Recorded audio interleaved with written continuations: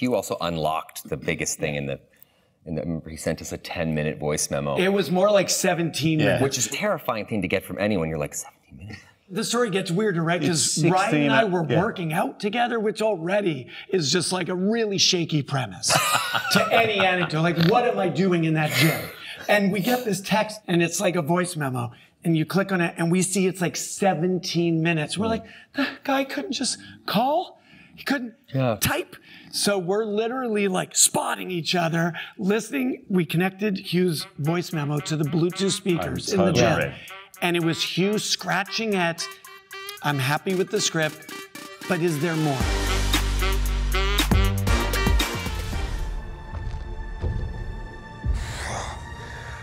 Don't just stand there, you ape. Give me a hand up.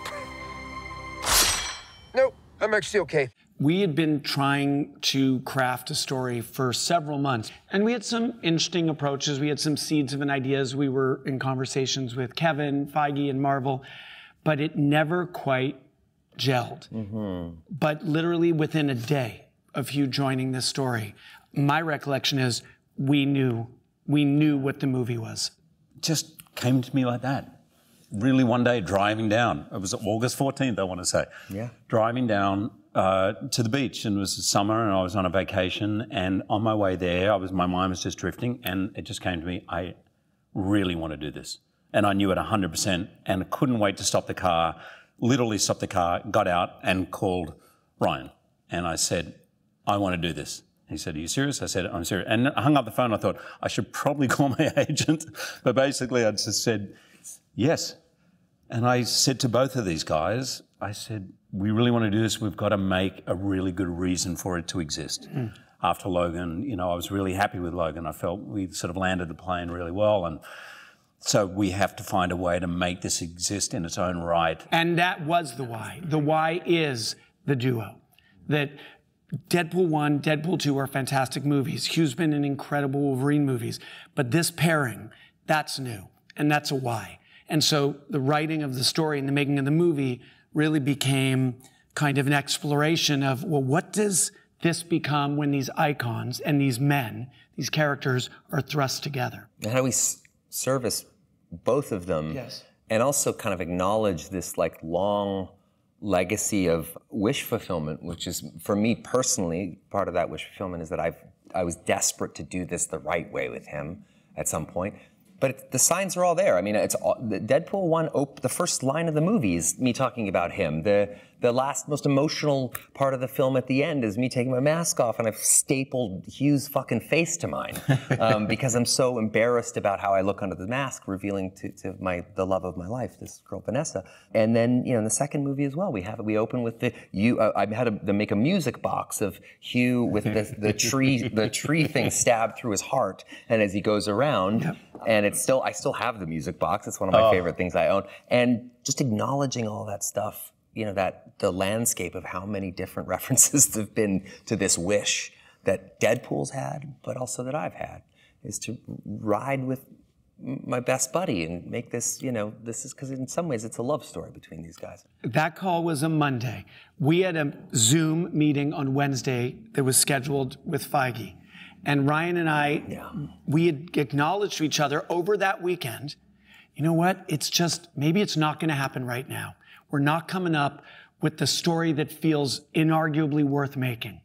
Hugh called on a Monday, Ryan called me, we get on that Zoom with Feige on that Wednesday, and he's like, guys, look, I get maybe we're not quite cracking it, and we were able to say, actually, new wrinkle. What would you say to the Wolverine? And from then on, it was off to the races. The real challenge for us in the writing process and through making it was, this is both of their movies. And we need to satisfyingly tell both of these characters' arcs and how they grow because of this adventure they went on together. I want to say something. Because the selflessness of both of them is so evident in the movie. These are two heavyweight actors, but I mean characters, but these guys as writers, producers, have taken care of not just Wolverine, but every single character as if it's their own children. And that's how I felt. I was like, I've never felt such care for a character I've played for 25 years and known for 25. I've never felt such care. And some of the scenes and the dialogue, I was like, this is such a gift, but it was not, I witnessed it not just with me, with every single character that appears in this movie. It's as if you're writing for your own children. That's how it felt to me. And I want to make this distinction because the three of us are sitting here and these guys produced and wrote this movie, bled till there was no blood left. And by the way, still, as soon as we finish this, probably going to work on it some more. Yeah. So in terms of the movie teaching, the process of the movie, teaching them how to move, but the edit to the mix to every part of it. And I publicly just want to say how grateful I am. Well, he also I know we won't belabor the creative part of it, but too long. But Hugh also unlocked the biggest thing in the. He sent us a 10-minute voice memo. It was more like 17 minutes, which is a terrifying thing to get from anyone. You're like 17 minutes. The story gets weirder, right? Because Ryan and I were working out together, which already is just like a really shaky premise to any anecdote. Like, what am I doing in that gym? But this is true. And we get this text on our chain that is this endless kind of 3-person text chain, and it's like a voice memo. And you click on it, and we see it's like 17 minutes. We're like, the guy couldn't just call? He couldn't type? So we're literally like spotting each other, listening. We connected Hugh's voice memo to the Bluetooth speakers in the gym. Right. And it was Hugh scratching at, I'm happy with the script, but is there more? But also taking all this experience he has, not just playing Wolverine, but as an actor, as a guy who's fronted movies in every genre you can think of.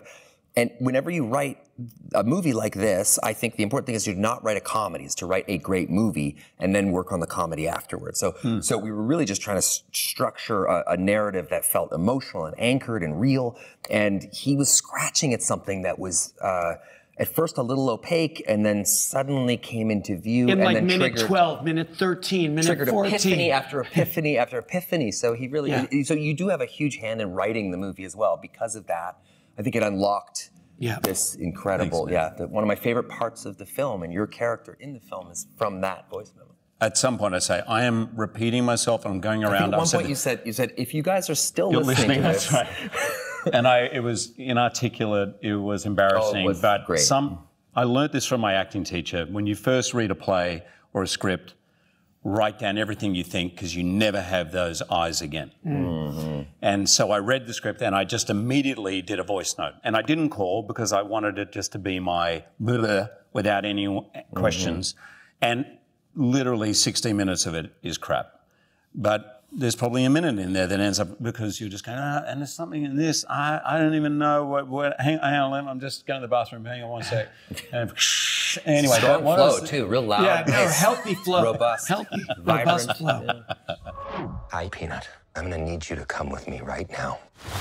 Look, lady, I'm not interested. With Hugh stepping into the role of Wolverine, you know how like when you watch somebody the first time they step into something that is that iconic, it's just like they just knew a language or understood something about that character that nobody else would have thought of or felt. Johnny Depp in Pirates of the Caribbean, that first one where you're like, is he drunk? Right. Like, is this a Disney movie? And is the lead character like hammered with gold teeth? You know, you just go, no, you can't. But you realize that person has got their finger on something that is sort of perfect in its own imperfection.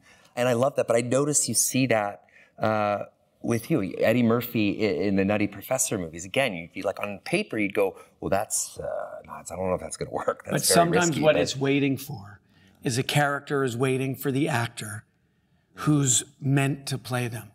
And I will say, as the director on this, when you're on set every day and you're watching not only two great actors, but in the roles that they are somehow magic in, where it's tapping into parts of Ryan, parts of Hugh that are so intuitive and so singular and unique to them, that's why it's such a treat for us as an audience.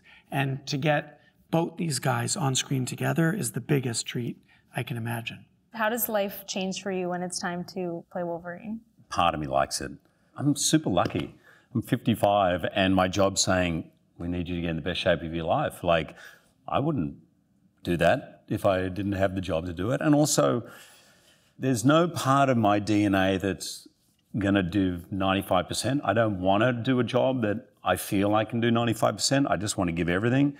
And coming back and working with two people who are giving 3,000% and giving me this runway for this character that you said something really good. Not only different in tone, but also those parts of Wolverine that I've scratched at and never fully been able to unleash. I know people make too much of this in movies anyway. It places some weird expectation for a lot of actors. But that was remarkable. I mean, you started looking like Tommy Tune, and you packed on an entire other Hugh. Like, it was just like one of the great. I mean, right. We had a year or so, but I mean, it was still unreal. That was one of the most unreal things I've ever seen. It's twofold for me. It's not so much about the aesthetic thing, but I have to fill out the suit, you know, and you want to feel like you're. I think you want people to see that you're putting in the work. And for me, it's just a headspace. It's like that discipline of having to do that. Even if I don't have to, I want to. It just makes me feel like I earned it. You know, I have an intense relationship with Deadpool. I have always had an intense relationship with Deadpool. So, you know, one of the things Shawn and I talked about when we were on the set of Adam Project, when I was like, will you please direct this movie, is that it's hard, you know? It's like once you feel like you have it perfect, you have to make it 20 or 30% better.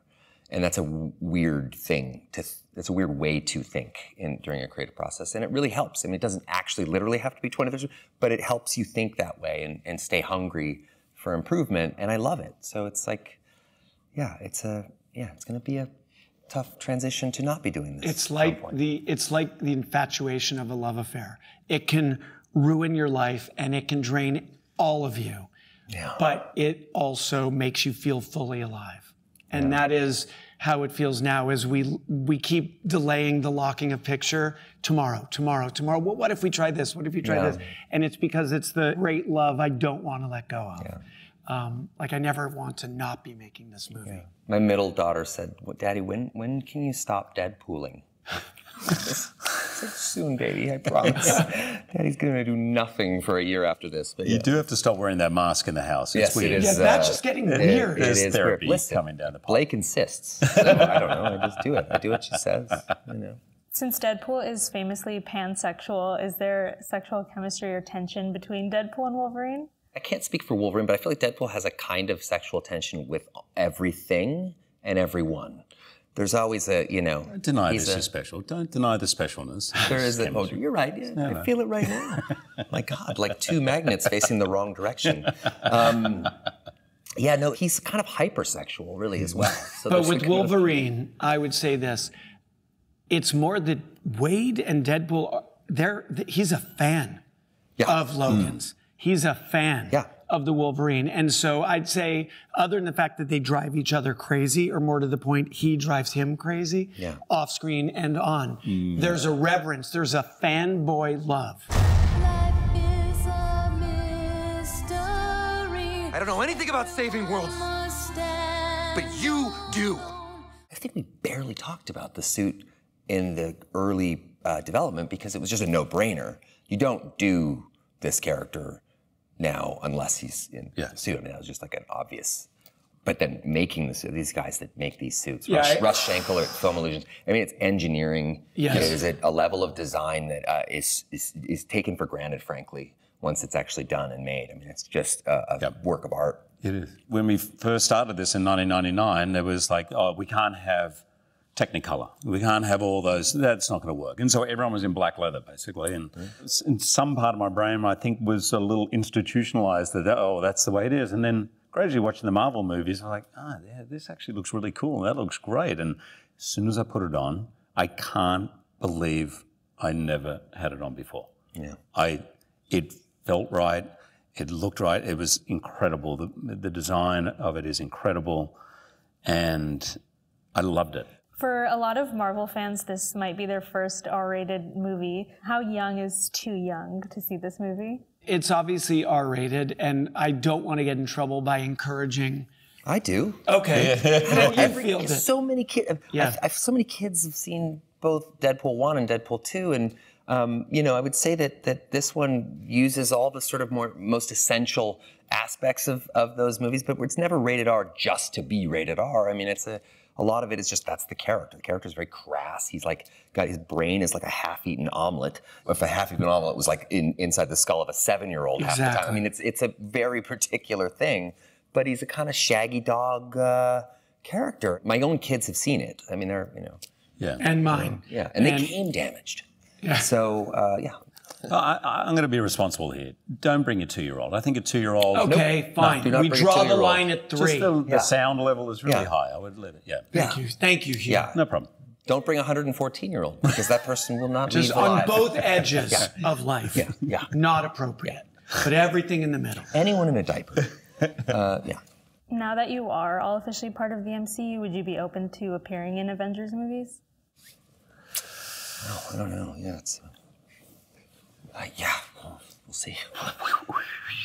Yeah, but he said, you can just, now is where you go to the descriptive part of the article. Yeah. And you say shuffling in seats and stammered nothings ensued. Clearly first major interview of this press tour. I'm not sure how to answer. We're going to get a far more pat and evasive answer for all future interviews. An echoing cough in the distance, hawk circles. You can throw that in there if you like. This is what I'm talking about. Big slow motion action sequence. Who knows if you live or die? When we lock this movie, it won't be a triumph, it'll be depressing. Yeah. I mean, we'll miss it so desperately. So I've been grateful to Kevin, Lou, Wendy Jacobson, who's our creative exec on the movie. I mean, I know Shawn has as well, that they've been amazing partners. They allowed us to kind of evolve, not just Deadpool, but evolve Wolverine and in some ways the MCU. And the because genre this as well. is just an injection of tone. Forget the rating, but the tone of this movie is very much its own weird beast. And I don't want to do Deadpool from Deadpool 2 or Deadpool 1. I want to do the one that's more reflective of this moment now. And so does Hugh. And this movie specifically gave us a really great opportunity to do something that departs a bit from Wolverine, the Wolverine we know, but still allows us to give many of those aspects of this character and his haunted nature. It's a lot of light as well. So it's kind of ticks 2 boxes. I would say if we had the luxury of anything, it was because it's an MCU movie. The access to certain characters and certain mythology was pretty unrestricted.